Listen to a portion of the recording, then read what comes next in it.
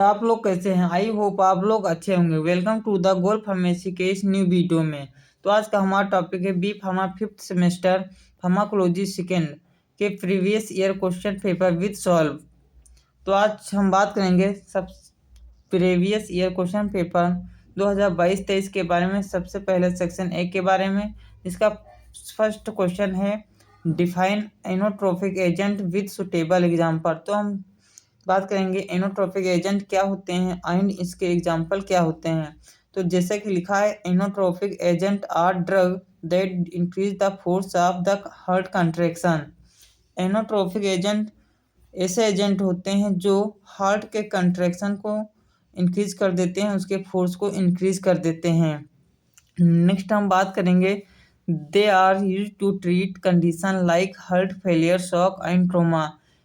इस agent use होते हैं in the condition heart failure, shock and trauma में। अब हम बात करेंगे इसके एग्जाम्पल के बारे में, जैसे dopamine, dobutamine, epinephrine and norepinephrine.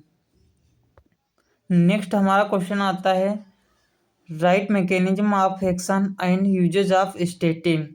हमें मैकेनिज्म ऑफ एक्शन और यूजेज लिखना है स्टेटिन कैटेगरी के ड्रग के। तो हम सबसे पहले मैकेनिज्म देखते हैं। सबसे पहले acetyl coenzyme and acetyl coenzyme होता है जो फॉर्म करता है HMG coenzyme. HMG coenzyme with the help of HMG coenzyme reductase की से मिवालोनेट फॉर्म करता है एंड मिवालोनेट से हमारा फार्नेसिल पायरोफॉस्फेट बनता है। फार्नेसिल पायरोफॉस्फेट जो हो फर्दर दो कैटेगरी में डेवलप कर देता है। एक होता है स्क्वालिन एंड सेकेंड होता है हमारा जिरानिल पायरोफॉस्फेट। जो स्क्वालिन हमारी कैटेगरी की फॉर्म करता है, उससे फर्दर दो कैटेगरी फॉर्म होती हैं, कोलेस्टेरॉल एंड एर्गोस्टेरॉल। ये जो मैकेनिज्म है ये लिपोप्रोटीन फॉर्मेशन की मैकेनिज्म है। यदि हम HMG को एंजाइम से जो मिवालोनेट फॉर्म हो रहा है इसको ही हम इनहिबिट कर दें तो आगे की जो प्रोसेस है वो रुक जाएगी। तो जो जहाँ पर हमारा HMG को एंजाइम रिडक्टेज एंजाइम काम करता है बाय द कन्वर्ट HMG को एंजाइम इनटू द मिवालोनेट, उसको हम इनहिबिट कर देंगे बाय द स्टेटिन कैटेगरी की ड्रग से। नेक्स्ट हम बात करेंगे इसके यूजेज क्या होते हैं। तो हम इसे यूज करेंगे लो कोलेस्ट्रॉल लेवल में, reduce the risk of heart attack and stroke. Next हमारा क्वेश्चन है give example and uses of plasma volume expander. तो हम बात करेंगे प्लाज्मा वॉल्यूम एक्सपेंडर क्या होते हैं। Plasma volume expander are agent that have relatively high molecular weight and boost the plasma volume by increasing the osmotic pressure. They are used to treat patients who have suffered hemorrhage or shock. तो plasma volume expander ऐसे agent होते हैं जो हमारे blood में osmotic pressure को बढ़ा देते हैं। इनका जो मोलिकुलर वेट होता है ये हाई होता है। जो हमारे प्लाज्मा वॉल्यूम एक्सपेंडर होते हैं इसको हम ट्रीट करने के लिए यूज करते हैं उन पेशेंटों को जिनमें हेमोरेज जैसी एंड शॉक जैसी डिजीज होती है। तो हम इसके एग्जांपल के बारे में बात करेंगे, जैसे normal saline, dextrose, Ringer solution. Next हमारा क्वेश्चन है write mechanism of action and uses of streptokinase.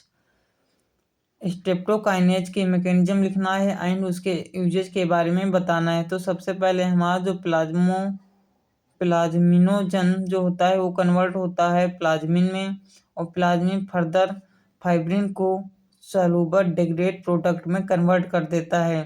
जो हमारा प्लाज्मिनोजन होता है वो प्लाज्मिन में कन्वर्ट होता है with the help of streptokinase जो एक एक्टिवेटर कॉम्प्लेक्स होता है। बस इन्हीं को हम इनहिबिट करना होता है और एंड आगे की प्रोसेस को इनहिबिट कर देना होता है। अब हम बात करेंगे इसके यूजेस के बारे में। Streptokinase is the first available agent for dissolving blood clot जो हमारे ब्लड वेसल में ब्लड क्लॉट बन जाते हैं, इसको डिजॉल्व करने के लिए इसको हम यूज करते हैं। Streptokinase and anistreplase are both used in the treatment of pulmonary embolism, venous and artery thrombosis. Next हमारा क्वेश्चन है right short note on 5:3 antagonist. तो हमारा 5:3 एंटागोनिस्ट होता है, उसके बारे में हम एक्सप्लेन करते हैं। 5:3 receptor antagonist are medication that are used before and after chemotherapy to prevent और ट्रीट नोजिया एंड वोमिटिंग। जो हमारा 5:3 रिसेप्टर होता है उसको हम एज द यूज करते हैं मेडिकेशन आफ्टर या before chemotherapy to prevent the nausea and vomiting के लिए। These medication may be given in the vein as an oral tablet by mouth. इन 5:3 की जो मेडिकेशन आती है उसको हम आईवी के थ्रू भी यूज करते हैं एंड ओरल टेबलेट के फॉर्म में भी हम उसको यूज करते हैं। नेक्स्ट हमारा क्वेश्चन है in list hormone regulating plasma calcium level. इस हमें लिस्ट देना है हार्मोन रेगुलेशन कैल्शियम लेवल को, कौन कौन से हार्मोन रेगुलेट करते हैं। तो हमारा सबसे पहला हार्मोन है पैराथायराइड हार्मोन। जो पैराथायराइड हार्मोन होता है ये हमारे इंक्रीज कर देता है ब्लड कैल्शियम लेवल को इन द ब्लड में। दूसरा हमारा हार्मोन होता है विटामिन D3 जो ये भी इंक्रीज कर देता है ब्लड कैल्शियम लेवल को इन द ब्लड में। फिर तीसरा हमारा हार्मोन आता है कैल्सीटोनिन जो रिड्यूस कर देता है blood calcium in the blood में।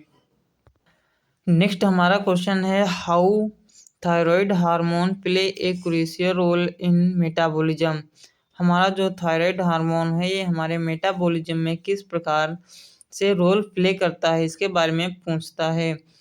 तो thyroid hormone play key role in metabolism by regulating the rate of at which the body uses energy. This process is called basal metabolic rate. जो हमारे thyroid hormone होते हैं वो की role play करते हैं इन द मेटाबॉलिज्म में by the regulating the body uses energy और एनर्जी को फॉर्म करते हैं। ऐसी ही प्रोसेस को हम बेसल मेटाबॉलिक रेट कहते हैं। लेकिन ये कैसे करता है इसके बारे में हम बात करते हैं। लिखा है इंक्रीज बॉडी टेम्परेचर। जो हमारे थायराइड हार्मोन होते हैं जब ये मेटाबॉलिज्म करते हैं तो हमारे बॉडी टेम्परेचर जो होता है नॉर्मल से इंक्रीज हो जाता है। Thyroid hormone increase body temperature by increasing respiration rate. Next हम बात करते हैं इंक्रीज हार्ट रेट।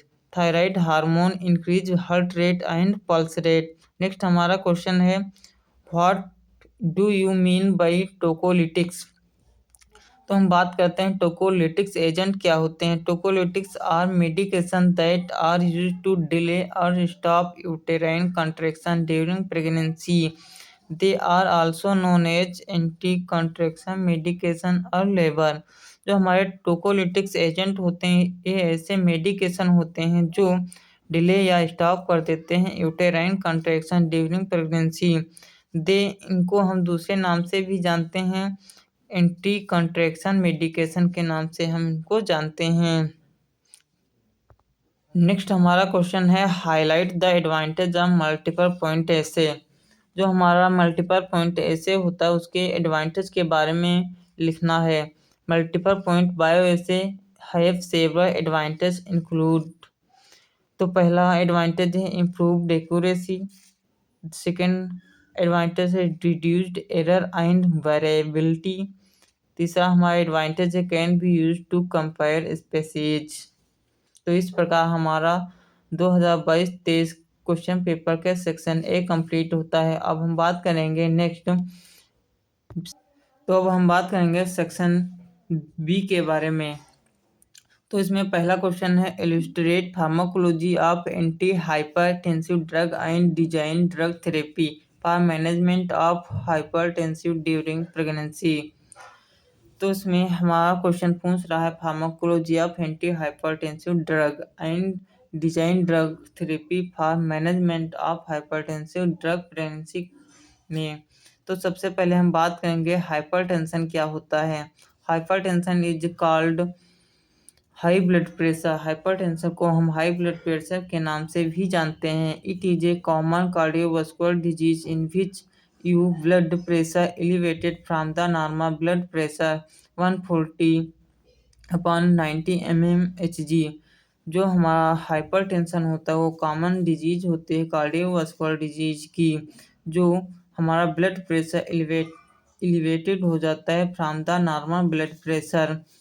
जो हमारा हाइपरटेंशन का ब्लड प्रेशर होता है वो होता है 140/90 mm Hg, एंड जो हमारा नॉर्मल ब्लड प्रेशर होता है वो होता है 120/80 mm Hg। नेक्स्ट हम बात करेंगे मैकेनिज्म ऑफ हाइपरटेंशन, किस प्रकार हमारा हाइपरटेंशन हो जाता है इन द बॉडी में। तो सबसे पहले एंजियोटेंसिनोजन जो होता है ये हमारा लीवर से सिक्रीट होता है। एंजियोटेंसिनोजन जो फर्दर फॉर्म करता है angiotensin first with the help of renin, जो कि एक किडनी से सिक्रीट होता है। जब एंजियोटेंसिन फर्स्ट फॉर्म हो जाता है, फर्दर ये फॉर्म करता है angiotensin second with the help of ACE inhibitor. जब हमारा एंजियोटेंसिन फर्स्ट फॉर्म हो जाता है तो एंजियोटेंसिन फर्स्ट फर्दर फॉर्म करता है angiotensin second with the help of ACE enzyme. जब हमारा एंजियोटेंसिन सेकेंड फॉर्म हो जाता है वो फर्दर अपना एक्शन प्रोड्यूस करता है, कंस्ट्रिक्ट कर देता है आर्टेरियल एंड वेन को, एंड फर्दर हमारी इंक्रीज ब्लड प्रेशर हाई हो जाता है। नेक्स्ट हम बात करेंगे anti hypertensive drug. Anti hypertensive drug क्या होती हैं? Anti hypertensive are those drug that are used to decrease the elevated blood pressure. Anti hypertensive ऐसी ड्रग होती हैं जो ब्लड प्रेशर को ट्रीट करें। नेक्स्ट हम बात करेंगे classification of the anti hypertensive drug, जिसमें फर्स्ट कैटेगरी आती है डायरेटिक्स। डायरेटिक्स फर्दर 3 कैटेगरी में डिवाइड होती है, जिसमें फर्स्ट होती है थायाजाइड्स, सेकंड हाई सीलिंग, थर्ड हमारी पोटेशियम स्पेरिंग। जो हमारी थायाजाइड कैटेगरी की ड्रग है वो है हाइड्रोक्लोरोथायाजाइड। हाई सीलिंग में जो ड्रग आती है वो फ्यूरेसामाइड, ब्यूमेटानाइड, एंड जो पोटेशियम स्पाइरिंग में ड्रग होती है स्पाइरिनोलेक्टोन। नेक्स्ट हम बात करते हैं एंटी हाइपरटेंसिव ड्रग की सेकंड कैटेगरी के बारे में, रॉस इनहिबिटर। रॉस इनहिबिटर हमारा फर्दर 3 कैटेगरी में डिवाइड होता है, ACE inhibitor, angiotensin receptor blocker, direct renin inhibitor. जो हमारे एसी इनहिबिटर में ड्रग आती है enalapril, captopril and ramipril, and जो हमारे एंजियोटेंसिन रिसेप्टर ब्लॉकर में ड्रग आती है losartan, valsartan, and direct renin inhibitor में एलिस्केरिन ड्रग आती है। नेक्स्ट हम बात करेंगे कैल्शियम चैनल ब्लॉकर के बारे में, इसमें ड्रग आती है वेरेपामिल, डेसियाजेम, एम्लोडिपिन, नाइफडिपिन। नेक्स्ट हम बात करेंगे beta blocker, centrally beta blocker के बारे में, प्रोपोनोलोल, एटेनोलोल, एंड फिर बात करेंगे हम centrally acting clonidine, methyl dopa. Next हम बात करेंगे डायरेटिक्स कैटेगरी की जो ड्रग होती हैं वो क्या होती हैं, इनका मोड ऑफ एक्शन क्या होती है, कैसे अपना वर्क करती हैं। तो हम डायरेटिक्स के बारे में स्टडी कर लेते हैं। These are those drug which increase the urine output, they work directly on kidney and increase the excretion of water, sodium and bicarbonate and chlorine ion. Diuretics ऐसे एजेंट होते हैं जो इंक्रीज कर देते हैं यूरिन आउटपुट को, and ये directly work करते हैं on the kidney and increase कर देते हैं water, sodium and bicarbonate and chloride ion को। The anti hypertensive action of diuretic resulting in decrease plasma volume, जिसे जब हमारा यूरिन आउटपुट हो जाता है तो प्लाज्मा वॉल्यूम बॉडी में कम हो जाता है, एंड कम होने की वजह से ही हमारा कार्डियक आउटपुट डिक्रीज होता है, और जब कार्डियक आउटपुट डिक्रीज हो जाता है तो बीपी ऑटोमेटिक डिक्रीज हो जाती है। तो अब हम इसके मोड ऑफ एक्शन के बारे में बात करते हैं। जब हम डायरेटिक वर्क देते हैं तो diuretic work by increasing excretion of urine. जब यूरिन का एक्सक्रीजन इंक्रीज हो जाता है तो हमारा डिक्रीज हो जाते हैं sodium plus and H2O reabsorption. जब रीएब्जॉर्प्शन इसका रुक जाता है तो ब्लड वॉल्यूम डिक्रीज हो जाता है, एंड जब ब्लड वॉल्यूम डिक्रीज हो जाता है तो ब्लड प्रेशर भी डिक्रीज हो जाता है। तो अब हम बात करेंगे diuretics are mainly 3 types. Thiazide जो पहला टाइप है, they are mild to moderate anti hypertensive drug होते हैं, जिसमें ड्रग आते हैं हाइड्रोक्लोरोथायाजाइड एंड क्लोरोथायाजाइड। नेक्स्ट हम बात करते हैं high ceiling diuretics. High ceiling diuretics also called loop diuretics, these are very effective होती हैं। इसमें ड्रग आती है हमारी फ्यूरेसामाइड। फिर हम बात करते हैं potassium sparing diuretics, these are lowest efficacy diuretics, these drug excrete urine without losing potassium. ये ऐसी ड्रग होती हैं जो पोटेशियम आयन को नहीं एक्सक्रीट आउट करती हैं, जैसे इसमें ड्रग आते हैं स्पाइरिनोलेक्टोन। अब हम बात करते हैं इसके यूजेस के बारे में। जो हमारे एंटी हाइपरटेंसिव ड्रग होते हैं डायरेटिक्स की, उसको हम यूज करते हैं use to treat high blood pressure, to treat heart failure. Diuretics are commonly used in the treatment of various medical condition such as hypertension, oedema, kidney failure, heart failure, liver cirrhosis, glaucoma, hyperkalaemia, hypokalaemia and hyperuricaemia. तो अब हम बात करते हैं next इसके adverse effect के बारे में। हाइपोवोलेमिया जैसे हाइपरयूरेसिमिया जैसी इसके एडवर्स इफेक्ट मिल सकते हैं। नेक्स्ट हम बात करते हैं कैल्शियम चैनल ब्लॉकर के बारे में। These drug also used to treat hypertension and safe for diabetes, asthma, hyperlipidemia patient। ये ड्रग यूज करते हैं ट्रीट हाइपरटेंशन के लिए, एंड ये सेफ होते हैं डायबिटीज, अस्थमा, हाइपरलिपिडीमिया पेशेंट के लिए। इसमें ड्रग हमारी आती है वेरेपामिल, एम्लोडिपिन, नाइफडिपिन एंड डेल्सियाजेम। तो अब हम इसके मोड ऑफ एक्शन के बारे में बात करते हैं। सबसे पहले जो हमारे कैल्शियम आयन होते हैं वो इनसाइड प्लाज्मा मेम्ब्रेन में जाते हैं, एल टाइप कैल्शियम चैनल को ओपन कर देते हैं। जब हमारे calcium ion inside plasma membrane में जाते हैं तो इंक्रीज आर्टीरियल वासोडाइलेशन इंक्रीज हो जाता है and further blood pressure decrease हो जाता है। तो इसके एडवर्स इफेक्ट के बारे में हम बात करते हैं। प्लेसी हेडेक हो सकता है, पाल्पिटेशन हो सकता है, एंकल एंड स्विलिंग हो सकते हैं। यूजेस के बारे में हम बात करते हैं। Use to treat arrhythmia, use to treat hypertension, use to treat angina pectoris में हम इसका यूज करते हैं। नेक्स्ट हमारा क्वेश्चन है question B, classify NSAIDs and explain pharmacology of aspirin. तो हम क्लासिफाइड करेंगे निषेध को एंड एक्सप्लेन करेंगे एस्पिरिन के फार्माकोलॉजी को। तो हम सबसे पहले बात करते हैं, these are those drug which have anti inflammatory effect means they are used to reduce inflammatory response such as pain fever. हमारी जो निषेध ड्रग होती हैं ऐसे ड्रग होती हैं जो एंटी इन्फ्लेमेटरी जैसा एक्शन दिखाते हैं, means they are used to reduce inflammatory को रिस्पांस को रिड्यूस कर देते हैं, जैसे pain and fever. These are those drug which reduce pain और फीवर, ये हमारे पेन एंड फीवर को भी रिड्यूस करते हैं। अब हम बात करेंगे mode of action of aspirin के बारे में। सिल्वर मेम्ब्रेन फास्फोलिपिड जो मेम्ब्रेन होती है उससे फर्दर हमारा फॉर्म होता है arachidonic acid with the help of phospholipase A2। Arachidonic acid further form करता है PGG2 with the help of cyclooxygenase enzyme. Cyclooxygenase enzyme जो होते हैं वो 2 टाइप के होते हैं, COX-1 एंड COX-2। जो COX-1 एंजाइम होता है वह रिस्पांसिबल होता है फिजियोलॉजिकल फंक्शन के लिए एंड जो COX-2 एंजाइम होता है वह रिस्पांसिबल होता है इन्फ्लेमेशन स्टिमुलेंट के लिए। जो हमारा PGG2 फर्दर हमारा फॉर्म करता है PGH2 एंड PGH2 फर्दर हमारे फॉर्म होते हैं PGD2, PGF2, PGE2 and TX2 and PGI2 के हैं। नेक्स्ट हम बात करते हैं increase prostaglandin synthesis result in decrease pain and fever inflammation. जब हमारा प्रोस्टाग्लैंडिन की सिंथेसिस को डिक्रीज कर देते हैं तो तभी हमारा पेन एंड फीवर डिक्रीज हो जाता है एंड इन्फ्लेमेशन भी डिक्रीज हो जाता है। तो अब हम बात करते हैं क्लासिफिकेशन ऑफ निषेध। निषेध को बहुत सारी कैटेगरी में डिवाइड किया गया है, जिसका फर्स्ट कैटेगरी होता है non selective. Non selective COX inhibitor में हमारी फर्दर कैटेगरी क्लासिफाइड की गई है, जिसमें फर्स्ट कैटेगरी होती है सैलिसिलेट में ड्रग आती है एस्पिरिन। सेकंड कैटेगरी प्रोपियोनेट में हमारी ड्रग आते हैं आइबुप्रोफेन, नेप्रोक्सेन, कीटोप्रोफेन, फ्लूबिप्रोफेन। नेक्स्ट हमारी कैटेगरी है फेनामेट में ड्रग आते हैं निफेनामिक एसिड। नेक्स्ट कैटेगरी है इनोलिक एसिड डेरिवेटिव, इसमें ड्रग आते हैं प्रोकॉक्सिकॉम, टिनॉक्सिकॉम। नेक्स्ट हमारी कैटेगरी आती है एसिटिक आयन डेरिवेटिव, कीटोरोलेक, इंडोमिथासिन इस कैटेगरी की ड्रग हैं। नेक्स्ट कैटेगरी है पैराजोलोन डेरिवेटिव, इसमें हमारी ड्रग आते हैं फेनोल्ब्यूटाजोन, ऑक्सीफेनब्यूटाजोन एंड प्रोफिनाजोन। नेक्स्ट हमारी कैटेगरी आती है सेकंड प्रीफेंशियल COX-2 इनहिबिटर, इसमें हमारी ड्रग आती है निमोसिलेट, डाइक्लोफेनेक, एसिलोफेनेक, मिलोक्सिकम एंड इथिडोलोइक। नेक्स्ट हमारी कैटेगरी आती है सेलेक्टिव COX-2 इनहिबिटर, इसमें ड्रग आते हैं सेलिकॉक्सिब, फिकॉक्सिब, पेरिकॉक्सिब, इटोरिकॉक्सिब। नेक्स्ट हमारी कैटेगरी आती है analgesic antipyretic with poor anti inflammatory action, इसमें फर्दर 2 कैटेगरी में इसको डिवाइड किया गया है, पैरा अमीनोफिनॉल डेरिवेटिव एंड बेंजोऑक्साजीन डेरिवेटिव। जो हमारे पैरा अमीनोफिनॉल डेरिवेटिव होती है इसमें पैरासिटामोल ड्रग आती है एंड जो हमारी बेंजोऑक्साजोसिन डेरिवेटिव होती है इसमें नेपोकॉम ड्रग आती है। नेक्स्ट हम बात करेंगे एस्पिरिन के बारे में। Aspirin inhibit the cyclooxygenase enzyme COX-1 and COX-2, thus inhibit the formation of endoperoxide and decrease thromboxane and prostaglandin level which lead to the reduction in on pain fever swelling। जो हमारे aspirin drug होते हैं वो इस the work करते हैं COX-1 and COX-2 enzyme पर और इनको इनहिबिट कर देते हैं, जिससे इंडोपेरोक्साइड फॉर्म नहीं हो पाता है, जिससे हमारा डिक्रीज हो जाता है थ्रोम्बोक्सिन एंड प्रोस्टाग्लैंडिन का लेवल, जो हमारा फर्दर ट्रीट कर देता है पेन को, फीवर को एंड स्वेलिंग को। अब हम इसके मोड ऑफ एक्शन के बारे में बात करते हैं। जो हमारी सेल में फास्फोलिपिड होती है उसे फॉर्म होता है आर्किडोनिक एसिड, और आर्किडोनिक एसिड से हमारा फॉर्म होता है endoperoxide with the help of cyclooxygenase COX inhibitor, जो 2 टाइप के होते हैं COX-1 एंड COX-2। एस्पिरिन यहीं पर अपना वर्क करती हैं, साइक्लोऑक्सीजिनेज कॉक्स एंजाइम को ही इनहिबिट कर देती है, जिससे आर्किडोनिक एसिड से फर्दर हमारा इंडोपेरोक्साइड का फॉर्मेशन नहीं हो पाता है, जिससे हमारी डिक्रीज हो जाता है प्रोस्टाग्लैंडिन का लेवल एंड थ्रोम्बोक्सिन का लेवल, जिससे हमारा पेन एंड फीवर इन्फ्लेमेशन ठीक हो जाता है। नेक्स्ट हम बात करते हैं इसके फार्माकोलॉजिकल एक्शन के बारे में। इसमें फर्स्ट फार्माकोलॉजिकल एक्शन है metabolic effect, increase cellular metabolism, more O2 used and CO2 produced. जो हमारा मेटाबॉलिक इफेक्ट होता है ये सेलुलर मेटाबॉलिज्म को इंक्रीज कर देता है, जिससे ऑक्सीजन की सप्लाई अधिक होती है एंड CO2 प्रोड्यूस्ड होता है। Increase utilisation of glucose, decrease blood sugar and glucagon depression. Next हम बात करते हैं CVS कार्डियोवास्कुलर सिस्टम में इसका क्या फार्माकोलॉजिकल एक्शन होता है। No effect at normal dose of salicylates, toxic doses to reach paralysis of vasomotor centre. यदि हम नॉर्मल डोज देंगे एस्पिरिन की तो हमारा कोई भी इफेक्ट कार्डियोवास्कुलर सिस्टम पर नहीं पड़ेगा। अगर हाई डोज दे देंगे हम एस्पिरिन की तो हमारा जो वासोमोटर सेंटर होता है उसमें पैरालिसिस जैसी डिजीज देखने को मिल जाएगी।